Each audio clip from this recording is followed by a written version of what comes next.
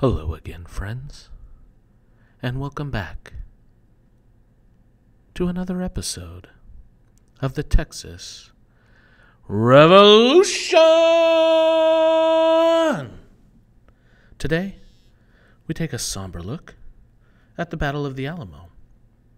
As you recall in the last episode, we talked about a very important letter that was sent from the Alamo, from William B. Travis, asking for help. Well, friends, that help was needed, and he did not receive that help. Let's go back a little bit. On February 23rd, the Alamo defenders were shocked to see the beginning of the Mexican force arriving in San Antonio. The Texans had barely made it into the Alamo before the Mexican cavalry arrived in the city. Mexican forces quickly and quietly occupied San Antonio and began surrounding the Alamo. Then, an interesting thing happens. They're stuck.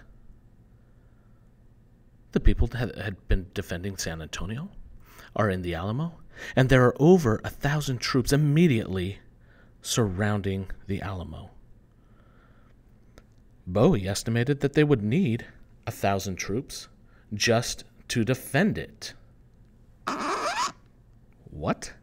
They had like 130. How would that be possible? That's where the letter comes in. Remember? So, Travis writes that letter. He talks about having some either victory or death. Well, we know how that ends. But what a heroic defender. So, let's continue on with what actually happens at the Alamo. The battle begins on March 6, 1836 at 5:30 a.m. This battle follows what has been a constant barrage of cannon fire over about 12 days.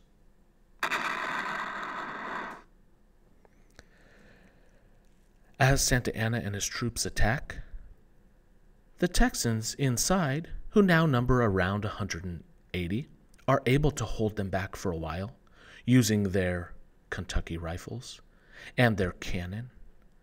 However, this can't last for too long. There are around 6,000 Mexican troops storming the Alamo. The battle begins to turn south for the Texans as soon as the north wall begins to crumble. You can see here how many soldiers really were there and how desperate the situation was for the Texans. These are the attack points from the Mexicans, indicated by the arrows. They continue to attack until finally the wall falls and they are able to get inside of the Alamo, and they make their way to the barracks and to the church, where they kill every single Texan inside, except for one who escapes.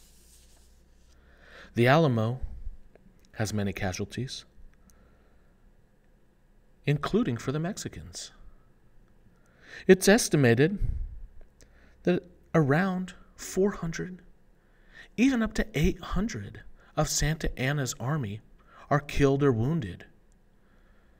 Also, Santa Anna has spent 2 full weeks surrounding and bombarding and attacking the Alamo, which has given Sam Houston and the rest of the Texas Army much time to gather more soldiers and to train and to set their strategy. So while Santa Anna may have won the Battle of the Alamo,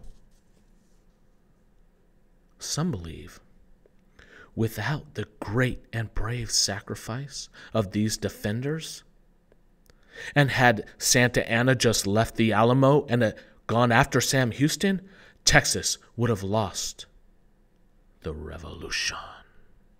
But these brave men, and there were a few women as well, defended this Alamo, fought for freedom.